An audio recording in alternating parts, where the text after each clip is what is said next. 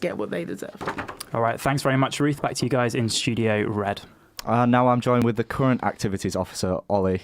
How are you doing? Hello, I'm doing good. How about you? I'm very good. Have you had a good evening so far? It's been really nice. I was on Have I Got News for York before. I've been chatting to a few candidates as well. So it's a typical USU evening, you know? It's a typical USU evening for sure. So you're stepping down as activities officer. Yes. How has your year been? It's been great so far. Busy, you know, there's lots going on. There's a lot of unexpected challenges. I mean, stuff comes up in this job. Well, I mean, you look at the last 2 weeks, right? We've had strikes, we've had coronavirus, all of this combined with USU elections. You know, so much stuff going on. It's great fun though, but it can be hard at points. How do you feel like you've done over the year in terms of the events that you've run? And how do you think that you could maybe have changed things? Would you have changed things if you could have gone back? Oh yeah, I mean, the thing is that this job is really interesting because the first 6 months are spent like learning how to do it. Then someone comes in, takes your job, and then you have another 6 months to do stuff. So no, like I'm really pleased with what I've achieved so far. Of course there are things I wish I could have done better and stuff. Things I wish to started earlier. But like overall, I'm happy. I've seen some cultural change in how people are thinking about creative stuff and events on campus. So I'm pretty pleased with that. It's a bit of a shame, obviously, because some of the sort of club nights in York have become a bit sparse. Yeah. It's pretty important, I think, as an activities officer to start looking into options on campus. What would you suggest to your sort of successor?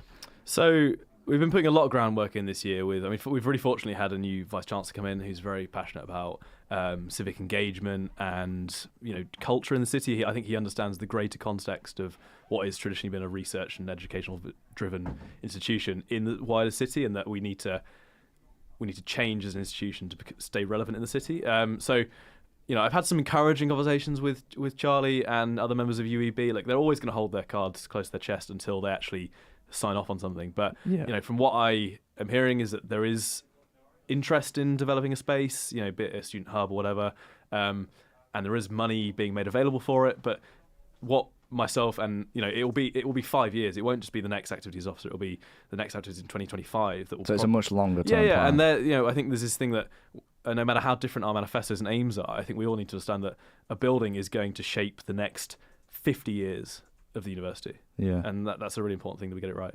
I'd agree. What are you looking for in terms of the qualities that your sort of successor must have, do you think, that you've learned after this year? Well, in terms of things, I think you need to be.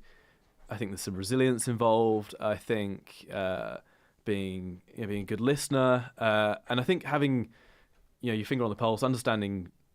Maybe I'm completely off, but I get the feeling that I have a good idea of what's happening in the city, what's happening with students as well, and seeing a broad range of opinions. I think you can come in and be really driven on a few issues, but as I've seen this year, there's been stuff that students bring to me that was nowhere near my original manifesto, but becomes a priority, and you have to have that drive to keep pushing what you want to push, but also having the flexibility to accept that new things will happen and there will be new priorities. No, I'd agree. I'm going to mention, because I feel like it's going to come up with a lot of activity officers, is sort of USU's relationship with York parties.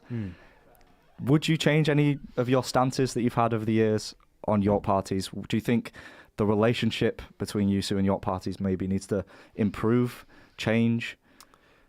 So, look, York parties are effectively a contractor, right? They run a service for us, just as the contractors that provide our food and provide our beer. We do have a responsibility to ensure that that's the best quality it is for students. I think people do seem to see York parties as this evil empire, which they actually aren't. I mean, the York parties sponsor pretty much anything we ask them to sponsor. They give a lot of money to the colleges. They provide nearly £100,000 towards student activity. Considering last year we gave £220,000 in grant overall, York parties are a massive part of, they're 4 times the media budget of what we get, So like,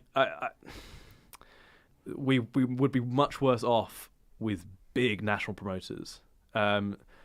I think partly it's actually at our end we need to improve comms around it. I think, but there are things to improve. But the thing is, York parties are actually, when I've sat down and talked to them, they do listen. It's just making those changes. I think they've become a real scapegoat this year, but actually they're not to blame for the city nightlife declining. Yeah, thank you. Anyway, we're going to have to go into news now, but thank you very much for coming in and chatting. No worries. Thanks for having me. It's been good. Thank you.